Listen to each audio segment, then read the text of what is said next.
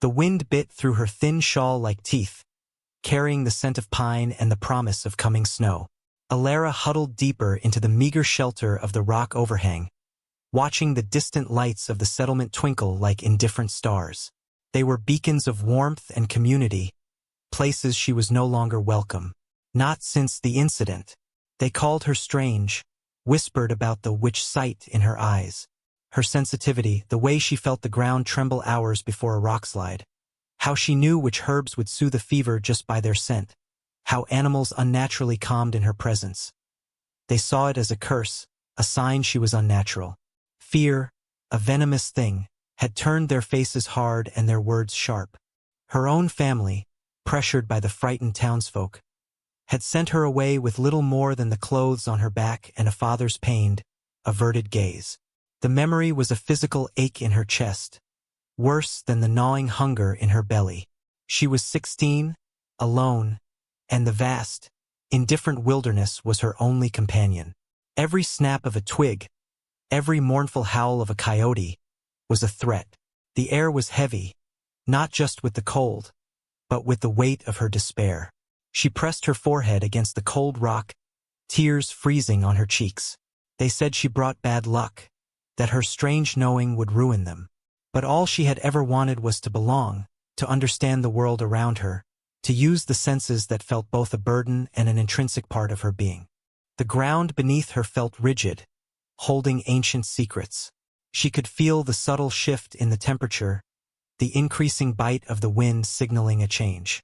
A storm was coming, a bad one, and she was exposed, vulnerable, with nowhere left to go.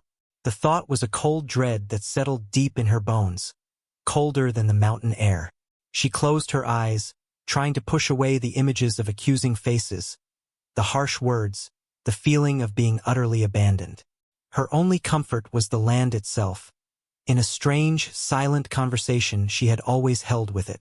It spoke of resilience, of enduring the harsh cycles, of finding life even in the most barren places. But right now, that resilience felt beyond her reach. The settlement lights seemed to mock her isolation, their warmth a cruel contrast to the freezing reality of her exile.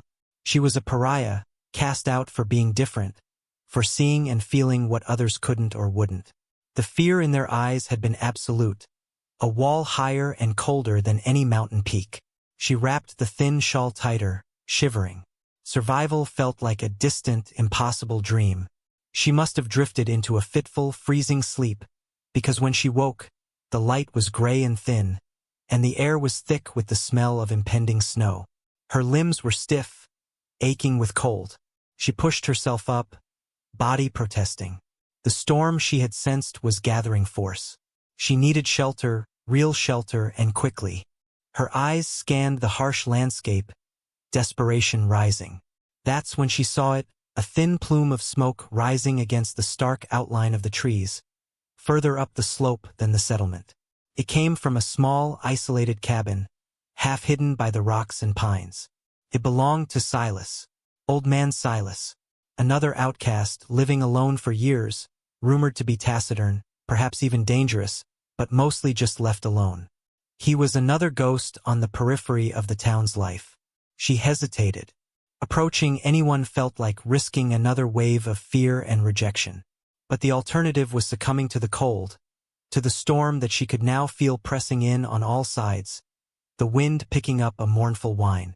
Necessity, cold and sharp, drove her forward. Her feet stumbled over the frozen ground as she made her way towards the smoke, towards the slim chance of warmth. As she got closer, the cabin seemed less a dwelling and more a part of the mountain itself, built of rough-hewn logs and stone. No windows faced her approach, giving it a blind, uninviting look. Still, the scent of wood smoke was a powerful lure. She reached the small clearing before the cabin and stopped, uncertainty gripping her. The silence here was different from the wilderness. It felt deliberate, watchful. She saw him then, a figure splitting wood near the cabin wall, movements slow but deliberate. He was an old man, his back stooped, gray hair straggling from beneath a worn hat. He didn't look up, didn't acknowledge her presence immediately. Alara stood rooted to the spot, heart pounding, ready to flee if he showed any sign of the fear she had come to expect. After what felt like an age, he paused, straightening slowly. He turned, and his gaze met hers. His eyes, deep-set and weathered, held no fear, no immediate judgment. Only a quiet, almost weary observation. He looked at her, a lone, shivering girl on his doorstep in the face of a coming storm. He looked at the desperate hope in her eyes, the tracks of tears on her cold face. He looked past that, somehow, to something else. He didn't speak. He simply turned back to his task, split one more log with a clean, practiced swing, then lowered his axe. He gestured with a nod of his head towards the cabin door. An invitation, understated and without fanfare. Alara, numb with cold and shock at the lack of immediate rejection, moved forward slowly, her gaze fixed on him, ready to bolt. But he just watched her approach, his expression unreadable. The air grew colder, the first flakes of snow beginning to swirl around them. Inside the cabin, the warmth was a physical shock, smelling of wood smoke, dried herbs, and something else, something earthy and wild, not unpleasant. Alara stood awkwardly by the door, unsure what to do. Silas closed the door against the growing wind and turned to her. He didn't offer words of comfort, didn't ask questions about who she was or why she was there, the very questions that had led to her undoing before. He simply motioned towards a stool near the fire. "Sit," he rumbled, his voice low and gravelly, like stones shifting. Alara obeyed, drawn by the heat. Her fingers were clumsy as she tried to pull off her thin gloves. He didn't fuss over her. He just went about his business, adding wood to the fire, stirring something in a pot hanging over the flames. The silence in the cabin was different from the silence outside. It was not empty, but quiet, filled with the crackle of the fire and the old man's steady movements. She watched him, trying to decipher him. There was a stillness about him, a sense of being deeply rooted in this place. He seemed to notice everything without looking directly, his gaze often fixed on the fire or the rough-hewn table. As he moved near the door, a sudden gust of wind rattled the latch violently. Alara flinched, a familiar wave of unease washing over her. The wind wasn't just wind. It carried a message of raw, untamed power, of forces shifting high on the mountain. She felt it in her bones, a deep pressure building in the air. Silas paused, his hand on the door. He glanced at her, catching the look of quiet dread on her face, the way her eyes seemed to look through the walls, sensing the storm's fury. He didn't dismiss it. He didn't call her fanciful or strange. His eyes simply lingered on her for a moment, a flicker of something unreadable within them, before he secured the latch more firmly. It was a small thing, but in that moment, Alara felt a minuscule crack appear in the wall of her isolation. He hadn't reacted with fear, but with acknowledgement. He finished his task and returned to the pot. "Soup will be ready soon," he said, his voice matter-of-fact. Later, as she ate the simple, warm soup, the flavor of wild herbs familiar yet somehow richer than she expected, she felt a fragile tendril of safety unfurl within her. She watched him mend a tear in his coat by the firelight, his hands large and calloused but surprisingly deft. She still didn't understand him, but the absence of fear, of judgment, was a balm to her raw spirit. The storm howled outside, shaking the cabin, but inside, there was a steady quiet. It was a fragile peace, built on unspoken understanding and the simple act of shelter offered without question. Days turned into weeks. The snow fell thick and fast, burying the world outside in a blanket of white, making travel impossible. Alara stayed. Silas didn't ask her to leave, nor did he press her for her story. He simply shared his food, his fire, his quiet space. He spoke little, but when he did, it was usually about the mountain, the habits of the deer, the signs the birds gave before a change in weather. He had a deep, intuitive knowledge of the natural world, a language Alara found she understood implicitly, a shared vocabulary of observation and subtle shifts. He saw her gift not as something to be feared, but as a different way of seeing. When she warned him the ice on the creek would break soon, even though it looked solid to him, he tested it carefully, finding the thin spot she had felt deep beneath the surface. When she found his lost trap line, following a scent the wind barely carried, he simply nodded his approval. He began to rely on her senses, not as a marvel, but as a practical tool, another way to navigate their harsh environment. In turn, Alara learned from him. He taught her how to set snares, how to track in the snow, how to prepare hides, practical skills that grounded her sensitivity in the tangible world. Her internal monologue began to shift.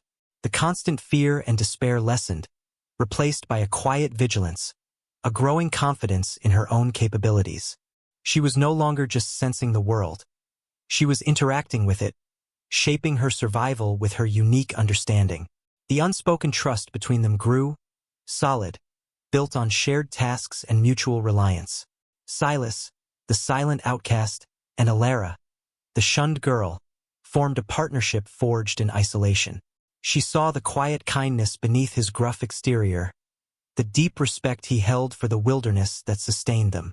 He saw past the town's fear to the core of her being, a young woman deeply connected to the rhythms of life, possessing a rare and valuable intuition.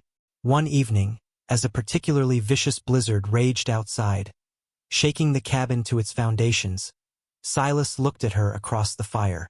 "The town. They fear what they don't understand," he said, his gaze steady. "Ignorance makes folk cruel." It was the most he had ever spoken about her past, a simple acknowledgement of the injustice she had faced. He didn't offer pity, but understanding. It meant more than any pity could have.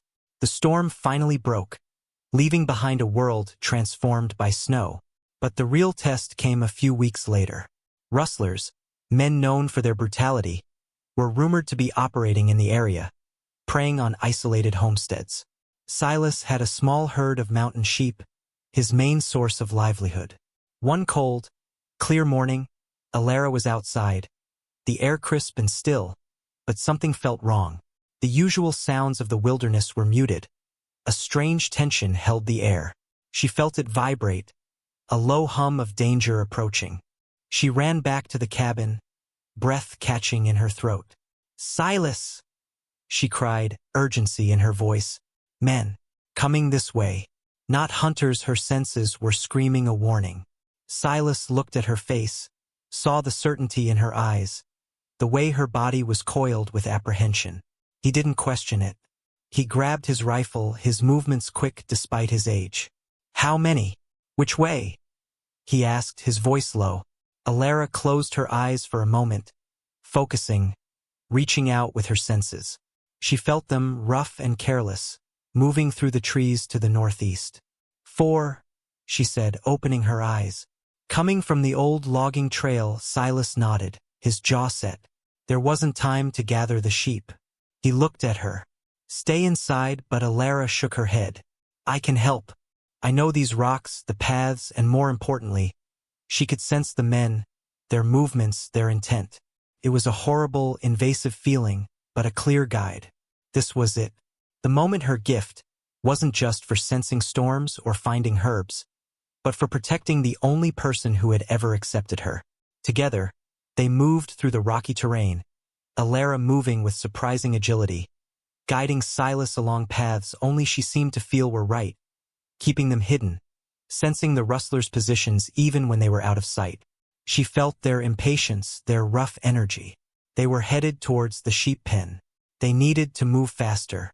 She led Silas up a steep, hidden path he rarely used, her intuition guiding their steps. They reached a vantage point overlooking the sheep pen just as the rustlers emerged from the trees. There was a brief, tense standoff. Silas, with Alara silently relaying the rustlers' subtle shifts in position, had the advantage. He fired a warning shot, loud and echoing in the still air. A tense negotiation followed, Silas's voice steady, Alara a silent, watchful presence beside him, her senses an invisible shield. The rustlers, unnerved by the unexpected readiness and perhaps sensing the unseen eyes upon them, eventually retreated, muttering threats, but leaving empty-handed. They had been saved, not just by Silas's rifle, but by Alara's gift, by her connection to the land and her acute senses. Back in the cabin, The immediate danger past. The silence was heavy with adrenaline. Silas looked at her, a profound look in his eyes. He didn't need to say the words. The respect, the validation was clear. Her gift had saved them. It wasn't a curse. It was a strength. The shunning, the fear, the isolation. It all seemed distant now, a foolish nightmare. Here, in this small cabin on the mountain, she was not an outcast but a partner. Her transformation was complete. From a vulnerable, terrified girl hiding from the world to a resilient young woman standing tall.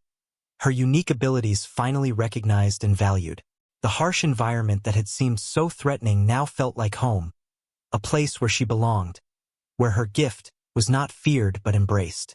The experience with the rustlers solidified their bond in a way nothing else could have.